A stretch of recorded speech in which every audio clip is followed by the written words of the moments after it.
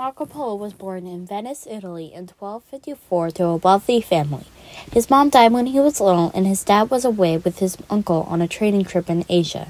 In 1271, he left with his father and uncle to go to Kublai Khan. It took about 4 years to cross over to Khan Dynasty from Venice by foot. When they finally arrived in China, they presented themselves to Khan.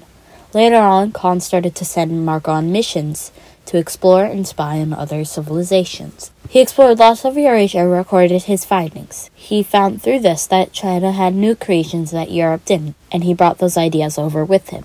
Eventually, Marco, his father, and his uncle began to greatly miss their family back in ancient Venice after being away for a total of 24 years. Khan let them leave to return to their home, but under conditions. Khan had recently received 3 lords from another kingdom that stated that the queen had passed, and they were looking for a new queen. Marco and the other men were to escort a princess to Persia to marry a prince.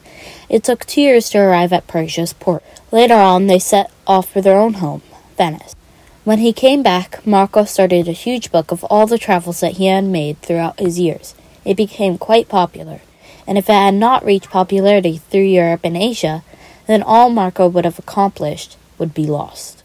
His book, although how great it may be, is very unclear on who the author could be. The book ranges greatly from perspective point. Could the author be his father or possibly his uncle? Possibly even Khan. Many believe that Marco Polo's book is fake, earning it the name Il Malone, meaning 1,000 lies. Marco Polo was definitely not the first to explore Eurasia, though he was the first to write a book about his travels and become famous for it. Marco Polo's journey to Far Eastern Asia was immensely influential because he inspired future explorers and helped find the Silk trade route to Asia. So what? Well, Marco Polo had a huge impact on the way we know Earth's history and land.